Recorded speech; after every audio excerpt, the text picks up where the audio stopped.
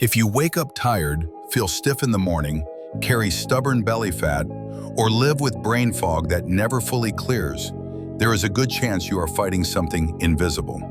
Not an infection, not an injury, chronic inflammation. This is the silent fire inside your body. You don't feel it burning like a fever, but it slowly damages your joints, your brain, your skin, your gut, and your metabolism. And the scariest part is that many people live in this state for years and call it normal. Inflammation itself is not the enemy. In fact, acute inflammation is how your body heals.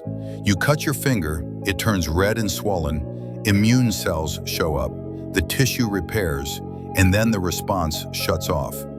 That is healthy inflammation. Chronic inflammation is different. It does not shut off. It stays low grade in the background day after day. And over time, it becomes the environment where almost every modern health problem grows. Insulin resistance, fatty liver, cardiovascular disease, arthritis, autoimmune flare-ups, mood problems, and faster aging. So what does chronic inflammation actually look like in real life? It often shows up as small problems that don't sound dramatic, but they are constant. You feel tired even after sleeping. Your joints feel stiff when you wake up. Your muscles take longer to recover. You feel puffy, swollen, or bloated easily. Your skin looks dull, irritated, or breaks out more. Your mind feels slow. You crave sugar, salty snacks, or refined carbs. Your energy crashes after meals. You feel older than you should. Those are not random symptoms. They are signals. Now let's talk about what keeps this silent fire alive. First, blood sugar spikes. Every time you eat a high sugar or highly refined meal, glucose rises quickly. Your body responds with insulin to move that glucose into cells. But repeated spikes create oxidative stress and inflammatory signaling. That is one reason insulin resistance and inflammation almost always travel together. Second, ultra-processed foods. These foods are engineered to be hyper-palatable and easy to overeat, but they are low in fiber and micronutrients. They also tend to be high in additives and low-quality fats that can irritate the gut and keep the immune system activated. Third, an omega balance problem. Most modern diets are overloaded with omega-6 fats from common seed oils like soybean, corn, sunflower, safflower, and canola. Omega-6 is not bad by itself, but in excess it becomes fuel for inflammatory pathways. The bigger issue is the ratio. Many people get far more omega-6 than omega-3, and that imbalance pushes the body toward inflammation instead of resolution. Fourth, chronic stress. When you live in fight-or-flight mode, cortisol and adrenaline stay elevated.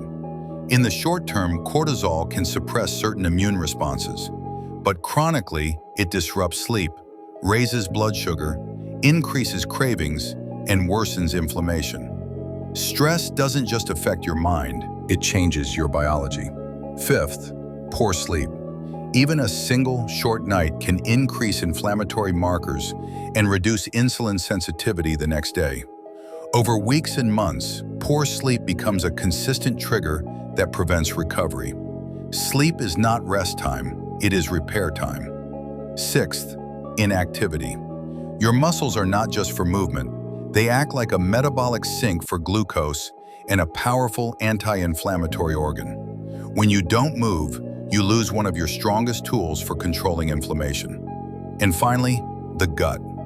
Your immune system and your gut are tightly connected.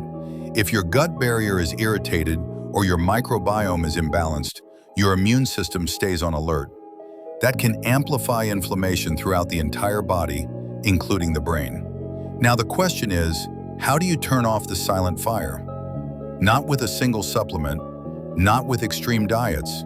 You turn it down with consistent signals that tell your immune system, your metabolism, and your nervous system, we are safe, we can repair. Here is the anti-inflammatory reset. Step 1, move every day. If you only do one thing, walk. A 20 to 30 minute walk, especially after meals, lowers glucose spikes, improves insulin sensitivity, and reduces inflammatory signaling. You don't need to destroy yourself in the gym. Consistency beats intensity. Step 2. Remove the biggest triggers. Reduce added sugar.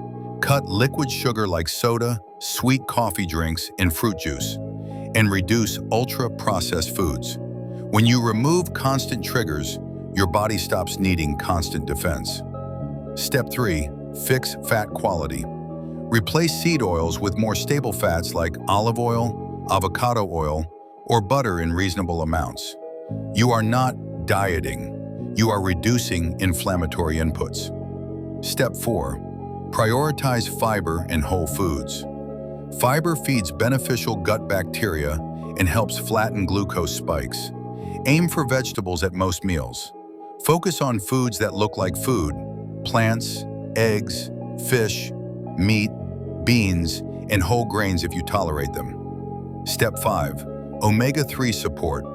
Fatty fish like salmon, sardines, and mackerel provide EPA and DHA, which helps shift the body away from inflammatory signaling. If you supplement, quality matters, but the goal is the same: restore balance.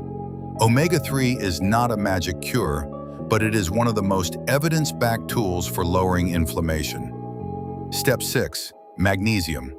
Many people are low in magnesium, and that matters because magnesium supports muscle relaxation, sleep quality, stress resilience, and glucose control. Low magnesium often means higher stress response, more cravings, and worse metabolic control, which feeds inflammation. Step 7. Protect sleep like it's medicine. 7 hours is a minimum target for most adults. If you want lower inflammation, you need deeper sleep. That means consistent sleep times, less screen light late at night, and a calm, wind-down routine. You cannot out-supplement poor sleep. Step 8. Calm your nervous system. This is not about becoming a different person. It can be simple. Slow breathing for 2 minutes, a short walk without your phone, sunlight in the morning, or a 5-minute pause before your first coffee. When your nervous system downshifts, inflammation follows. Now here is the part that connects everything we've been talking about on this channel. Chronic inflammation is not a separate topic. It's connected to insulin resistance, fatty liver, and belly fat in a loop. When insulin is high, the body stores more fat. Visceral fat releases inflammatory signals. Those signals worsen insulin resistance. Then the liver gets overloaded, and fatty liver becomes more likely. That makes metabolism even worse, which raises inflammation again. It becomes a cycle. The good news is that cycles can be broken. And when you lower inflammation, people often notice the same changes: better energy, clearer thinking, less bloating, improved sleep, and easier fat loss. Not overnight, but steadily. So here is the bottom line. Chronic inflammation is not a mysterious condition. It is your body responding to constant signals: sugar spikes, poor sleep, stress, processed foods, and low movement. The solution is not extreme, it is consistent. Walk daily, especially after meals. Eat real food. Reduce sugar and seed oils. Support with omega-3 and magnesium if needed. Sleep deeply. Calm your nervous system. When you do that, the silent fire begins to fade, and your body remembers how to heal. If this video helped you understand your health on a deeper level, subscribe to Vitality Lab. We break down real science into simple actions for stronger bodies and sharper minds.